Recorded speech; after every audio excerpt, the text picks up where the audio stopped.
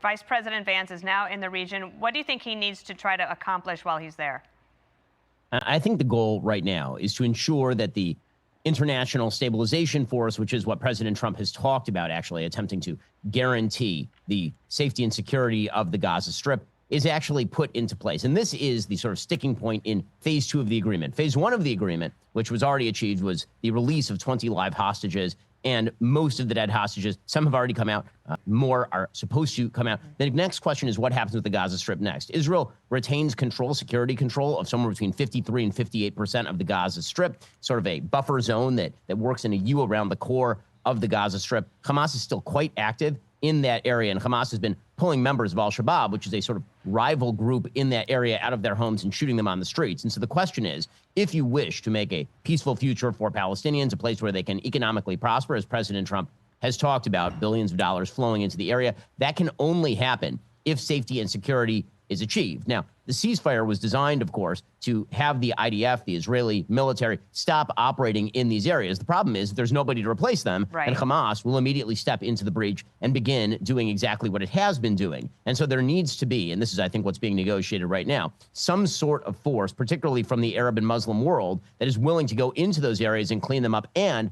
that force can't be working in cahoots with Hamas in order to reconstitute under another name. And this is the Israeli government is worried about because, of course, Qatar and Turkey have been sponsor states of Hamas during this 2-year war before the latest turn. And in fact, President Trump put out on Truth just before our segment, Ben, basically saying that numerous of our now great allies in the Middle East and areas surrounding the Middle East have explicitly and strongly, with great enthusiasm, informed me that they would welcome the opportunity at my request to go into Gaza with a heavy force. And that way the people who are there won't only be able to look to Hamas to help provide security and food and whatever else is needed. If there was something else there, Hamas could be more marginalized. I also wanted to show you this. Jared Kushner and Steve Witkoff met with newly released hostages this morning in Tel Aviv, and these are extremely moving. And I wonder, Ben, with your close connections there, what are you hearing about the reunions and how the hostages are doing now that they've been free about a week now? So, I mean, some of them, I believe, have still been undergoing significant medical treatment because of their treatment by Hamas in the terror tunnels. Many of them were starved. Virtually all of them were beaten.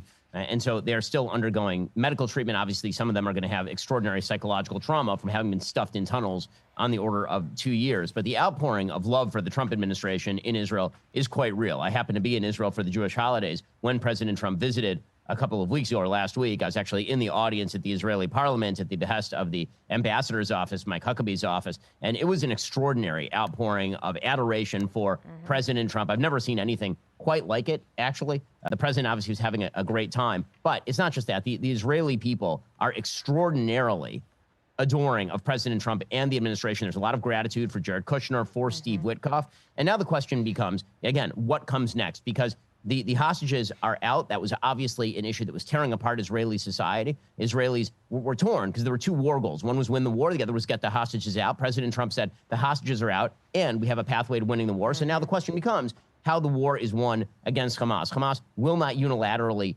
disarm, but the release of the hostages was an extraordinary step forward by the President of the United States. Please like this video and subscribe to Facts Uncensored.